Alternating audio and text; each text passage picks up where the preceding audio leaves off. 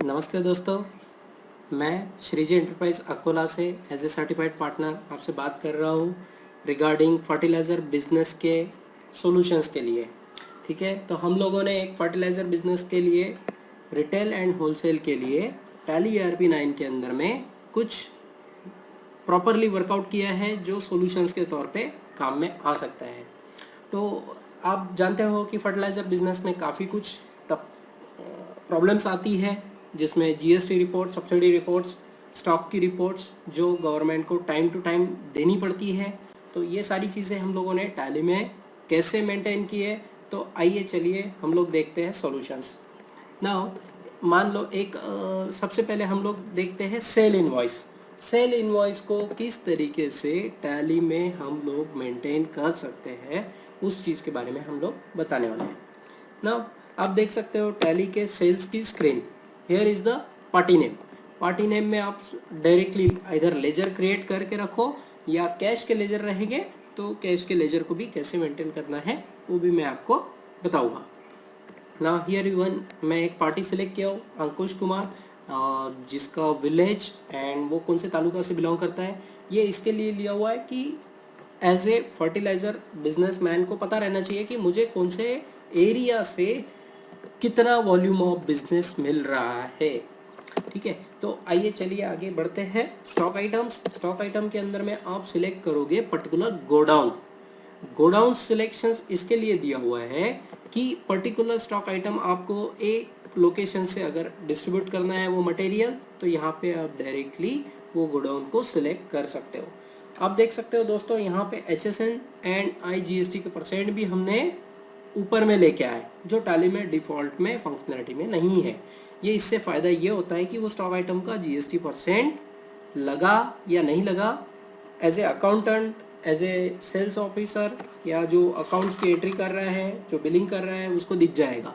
तो वो बिलिंग करते समय उसको वहीं पे वो अपडेट कर सकता है GST परसेंटेज एंड एवरीथिंग।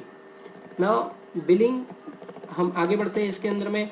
अभी आपने ये एक बिल रेज किया है जिसमें 4 आइटम आपने सिलेक्ट किया है, तो इसका बिल की इनवॉइस की कॉपी हम लोग देखना चाहेंगे।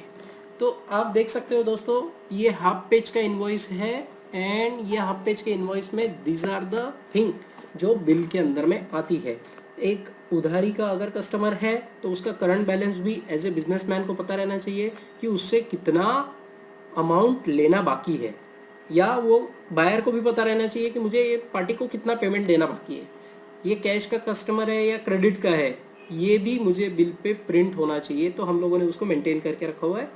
ठीक है, ना यहाँ this are the stock item जिसका HSN code, GST percent, quantity, net rate as a customer को पता रहने के लिए हम लोगों ने वो एक कॉलम अलग से लेके आए जिसका नेट रेट उसको पता रहेगा। यहाँ पे आप देख सकते हो CGST SGST लग के उसका बिलिंग बन गया। Here one is the bank details जो बिल पे मैंडेटरी होते जा रही है। आप देखोगे मराठी, हिंदी, गुजराती, कोई भी लैंग्वेज के अंदर में आप टर्म्स एंड कंडीशन आपके बिल के ऊपर की प्रिंट कर सकते हो। Now this one is the invoice जो कि एक नॉर्मल तरीके में वर्कआउट होता है। अभी दोस्तों इसके अंदर में प्रॉब्लम्स ये भी आती है, कोई बोलता है कि मुझे बिल के अंदर से अलग से GST नहीं शो होना चाहिए। तो आप देखोगे दोस्तों कि हम लोगों ने उसकी भी एक प्रोविज़न करके रखी है कि जहां फर्टिलाइज़र, मान लो ये फर्टिलाइज़र का आइटम है, इसका बिलिंग हो रहा है 2000 रुपये का, लेकिन वो कस्टमर बोल रहा है, काश्तकार बोल रहा है कि मुझे GST अलग मत शो, बताइए मत, फाइनल मुझे कितना देना है बताइए। तो आप देख सकते हो दोस्तों यहाँ पे ग्रैंड टोटल ही लिख के आ रहा है, बट बैक एंड में आप देखोगे GST चार्ज हुआ है। आप देखोगे कि GST अलग से वर्क हो रहा है, बट काश्तकार लोगों को अगर बताएंगे तो वो नहीं समझ पाता है कि उसको GST अलग से भरना है। तो हम लोग वो भी मेंटेन कर सकते हैं। नाउ एक ये जो इनवॉइस है ये कैश की पार्टी है। आप देखोगे मैं बायर का नाम यहीं पे डायरेक्टली टाइप कर सकता हूँ, उसका लोकेशन डाल सकता हूँ, उसका आधार नंबर एंड एवरीथिंग उसका शेयर कर सकता हूँ।